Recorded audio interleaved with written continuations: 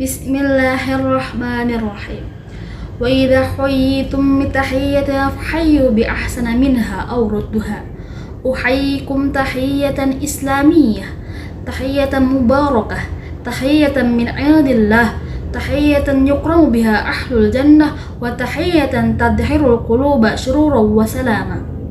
Assalamualaikum warahmatullahi wabarakatuh. Qabla dhalik da'uni fi nafsi ana nailani hayatun nazilah min kismun at-tarbiyah al-islamiyah litufulatil mubakirah fi kulliyatin at-tarbiyah wa tadrib fi jami'atin Sunan Gunung Jati al-Islamiyah al-Hukumiyah Bandung. Di sini izinkan saya untuk menyampaikan satu kisah cerita rakyat yang berjudul Legenda Pulau Lipan. Selamat menyaksikan. Legenda Pulau Lipan. Dahulu kala di wilayah Muara Kaman.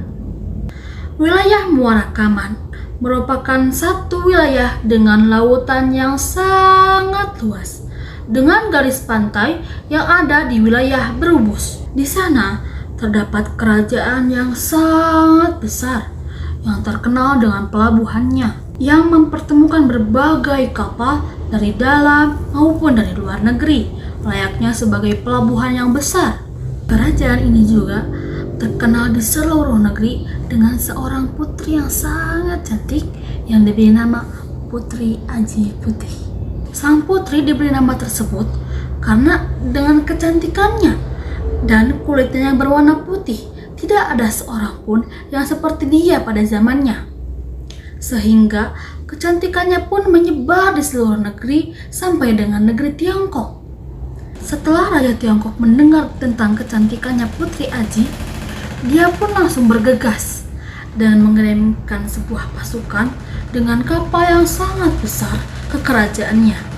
Sang putri pun mendengar tentang akan kedatangan kerajaan Tiongkok dan pasukannya ke kerajaannya. Dan di situ pun sang putri langsung bergegas membereskan rumah, memasak, dan sang putri pun menghidangkan sebuah makanan yang banyak dan minuman yang sangat lezat di atas meja. Kemudian datanglah sang raja dan pasukannya. Sang putri pun menyambutnya dengan sangat hangat lemah lembut. Namun sang putri sangat heran dengan kelakuan raja tersebut. Raja tersebut memiliki perilaku yang sangat tidak baik. Ia memakan semua hidangannya dengan lahap langsung dari piringnya, tidak memakai tangan terlebih dahulu. Sang raja memakan semua hidangan seperti orang yang kelaparan layaknya binatang. Sang putri pun berkata dalam hati, "Aku menyesal menerimanya dan menyambutnya dengan jamuan yang sangat meriah ini." Setelah raja selesai makan, raja pun langsung bergegas menghampiri Putri Aji, lalu berniat untuk melamarnya. Dan raja pun berkata, "Wahai putri yang sangat cantik, maukah kamu menjadi istri saya?" Sang putri pun langsung menjawab tanpa berpikir, "Tidak, aku tidak mau menikah denganmu, wahai raja. Aku tidak mau mempunyai lelaki yang tidak peduli dengan sopan santun dan tidak peduli dengan kebersihan." Setelah raja itu ditolak oleh Putri Aji, raja itu pun langsung kembali ke negerinya. Setelah sampai di negerinya, raja itu pun mempersiapkan pasukan yang besar untuk menyerang kepada kerajaan Putri Aji. Puluhan ribu tentaranya dikerahkan untuk menyerang kerajaan Putri Aji. Namun, kerajaan Putri Aji juga tidak kalah. Putri Aji juga menyiapkan sebuah pasukan besar untuk menghadapi serangan dari kerajaan Tiongkok. Dan disitulah terjadinya peperangan dan pertempuran yang sangat sengit di antara dua kerajaan besar tersebut. Hari demi hari, sang putri pun menyadari ada hal yang aneh. Sang putri menyadari bahwa Raja Tiongkok selalu mengirim pasukannya tanpa henti untuk menyerang kerajaannya dan masyarakatnya. Lalu sang putri pun mencari cara agar bisa mengalahkan kerajaan Tiongkok tersebut. Lalu sang putri berpikiran untuk menggunakan sihirnya. Lalu di situ sang putri pun langsung menggunakan sihirnya dengan membawa satu daun sirih, lalu dimasukkan ke dalam mulutnya dan dikunyah.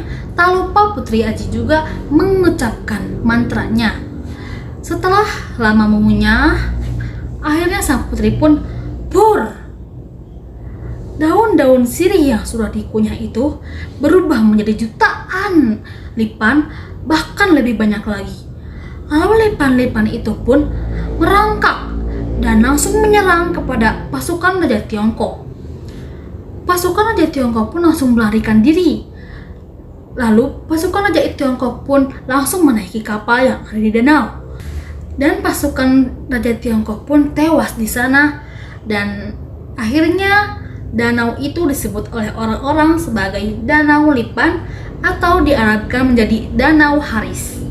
Dan itulah dia sekilas kisah legenda Danau Lipan yang berada di Kalimantan Timur, tepatnya di daerah Muara Kaman, Kabupaten Kutai Kartanegara. Hikmah yang dapat diambil dari cerita tersebut adalah seorang putri yang menggambarkan kecerdikan, keberanian, dan keteguhan hati untuk menjaga kehormatannya dan kerajaannya. Dan dari cerita tersebut mengajarkan kita untuk menjaga sopan, santun, dan menjaga kehormatan bangsa.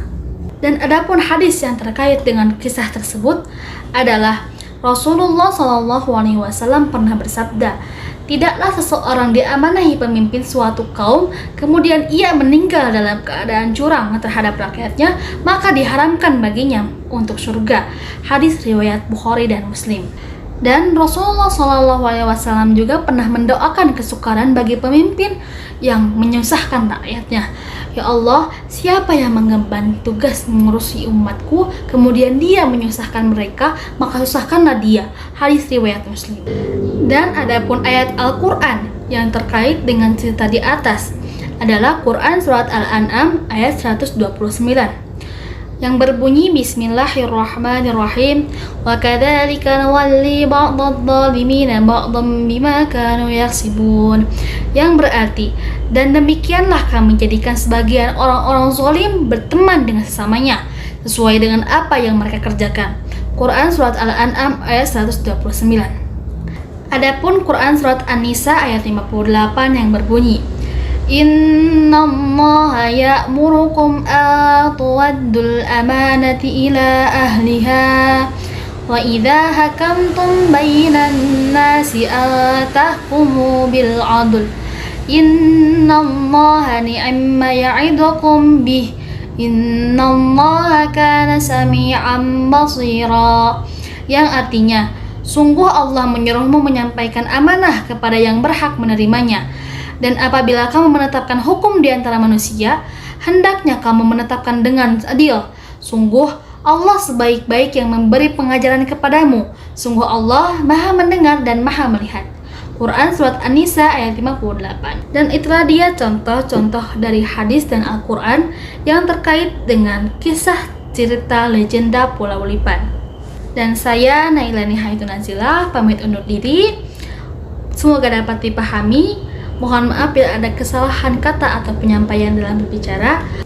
Undur man qila wa la tanzur man qala. Aqulul qawli hadza wa astaghfirullahi li wa lakum fa astaghfiruhu innahu huwal ghafurur rahim.